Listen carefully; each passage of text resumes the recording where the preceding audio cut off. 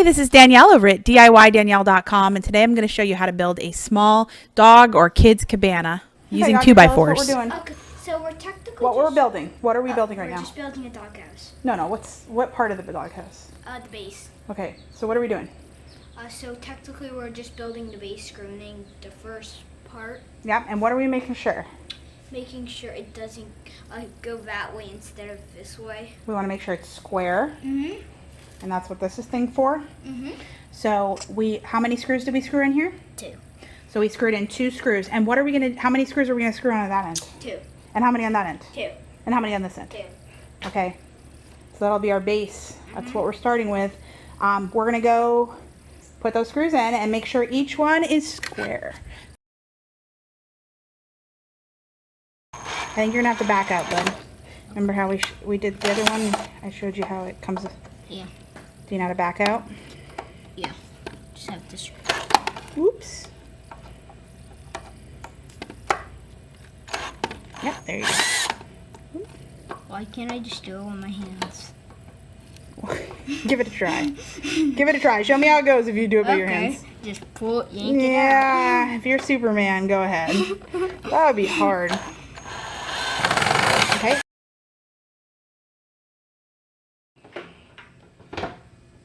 Okay, now that the base is screwed together, we know it's 40 by 43 inches when we measure it out using our measuring tape. If we'd done our math in advance, we could have done that too. However, I don't like math. So we just measured. It says 40 by 43. So we need a piece of plywood to go on top, and we are going to go find one. So all I did was lay this on the frame and drew where the line was. I'm going to cut along that line. This will be my first board for this, and then I'll cut my second one to fit the extra section. So I added some additional supports on the bottom. I'm going to add some more over here as well to make sure that nobody's foot goes through this wood. This isn't great wood, to be honest. It's pretty thin. It doesn't need a lot to hold the dog, but it will need a little bit to hold 3 little boys that'll jump on it. So just to be extra careful, I'm going to add a few extra pieces of scrap 2x4s for additional supports. Okay, this is the final bottom piece, and I don't know if I did too much or too little, but it is pretty solid now.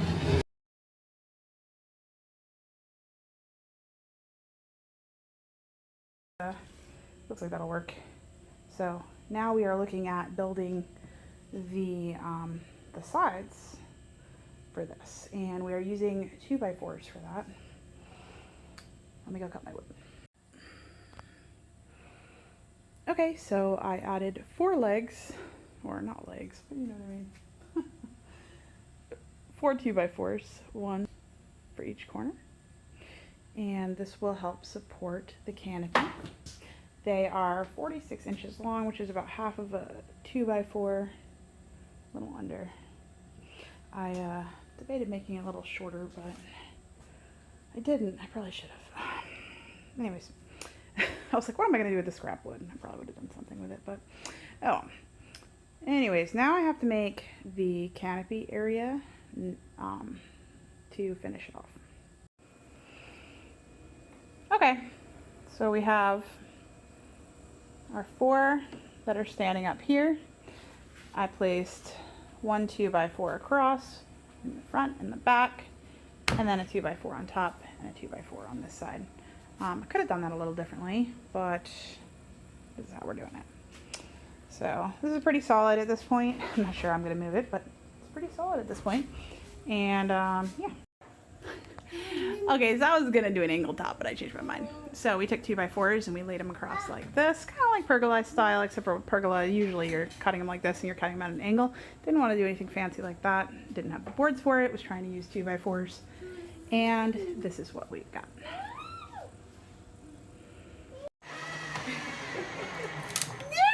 you go! Yay! Yay! Let's do the other side now. One more time. Hey Tristan, come here and give me a fist bump. Oh, you're such a gremlin. Okay. So one of the things I want to mention is I did screw in from the bottom up for these top pieces, with the exception of these, of course. Although I guess I could have right here, but anyways, yeah. So.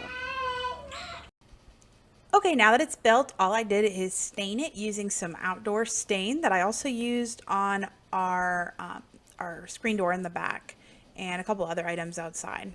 I could probably use another coat on this, but whatever, it's fine for now.